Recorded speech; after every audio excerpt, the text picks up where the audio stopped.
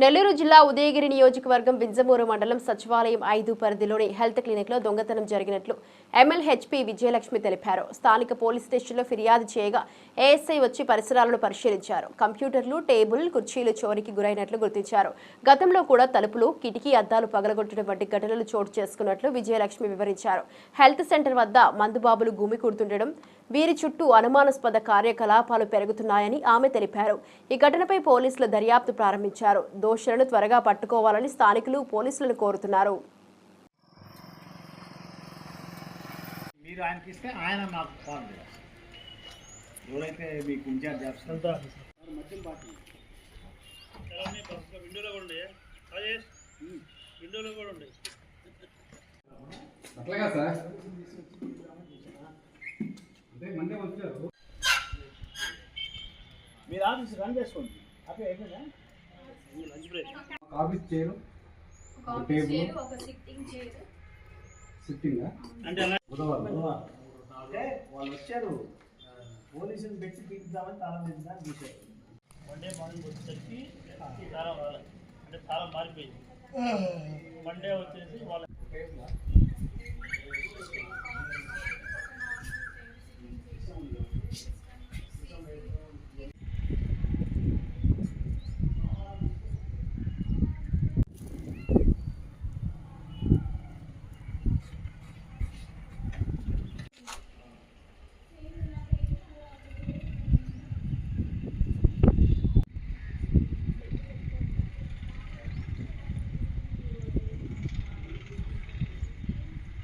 తాళం వేసుకొని వెళ్ళిపోయాను సార్. ఆదివారం మాకు హాలిడే.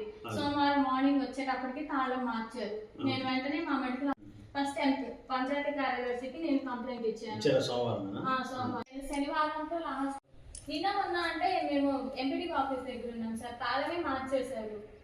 ఆఫీస్ కి ఎప్పుడు వచ్చారు? అలాంటిది ఒక చైర్ ఉండాలి సార్.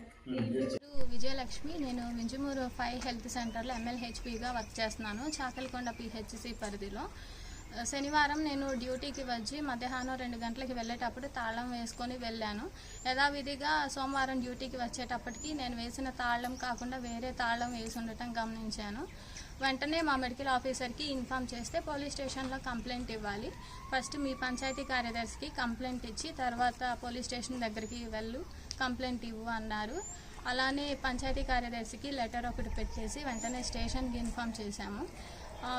ఏఎస్ఐ గారు, కానిస్టేబుల్ గారి సహాయంతో ఈరోజు అంటే బుధవారం రోజున మేము తాళం పగలగొట్టించాము. పగలగొట్టి లోపల చూడంగా లోపల ఒక కంప్యూటర్, ఒక సిట్టింగ్ చైర్, నార్మల్ చైర్, ఒక టేబుల్, ఆఫీస్ టేబుల్ మిస్ అవటం గమనించాము. సార్ వాళ్ళు ఏం చెప్పారంటే మళ్ళీ థింగ్స్ ఇలా మిస్ అయ్యాయి, వాటి ఎస్టిమేషన్ బిల్తో సహా కంప్లైంట్ రైజ్ చేయండి, మీ మెడికల్ ఆఫీసర్ హెల్ప్ తీసుకొని ఒక లెటర్ పెట్టండి, మళ్ళీ కంప్లైంట్ రైజ్ చేయండి అన్నారు.